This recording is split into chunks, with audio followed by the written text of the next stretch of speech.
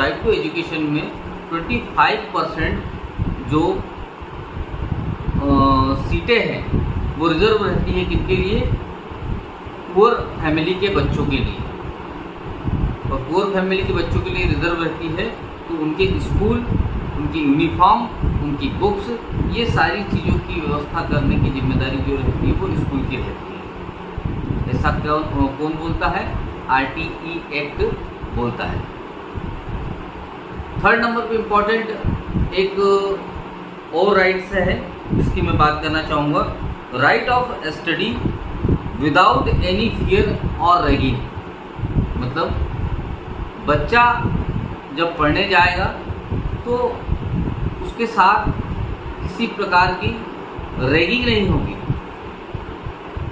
मतलब कहने का कि असॉल्टिंग और थ्रेटनिंग ये दो कंडीशन नहीं होगी, जिन्हें से डराना धमकाना नहीं पड़ेगा। और अगर ऐसा कोई शैक्षणिक संस्थान करता है तो उस कंडीशन में उसके ऊपर उसकी शिकायत हम कर सकते हैं। दूसरा है right of protection from corporal punishment.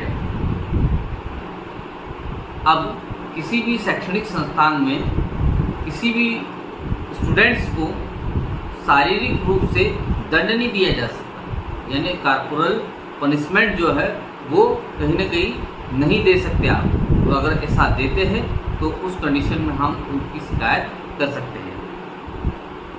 Next है right of express once opinion. जो स्कूल है, कॉलेजेस है, उसमें चिल्ड्रन को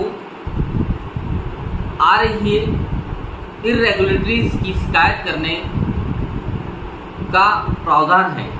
यानी यदि कोई प्रॉब्लम आ रही है या किसी प्रॉब्लम का जो निराकरण नहीं हो रहा है तो वो हायर अथॉरिटी के पास में इसकी कंप्लेंट कर सकता है।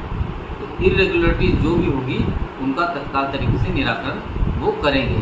तो अगर ऐसा नहीं होता है तो उस कंडीशन में ये एक तरीके से वायलेशन हो रहा है किसका?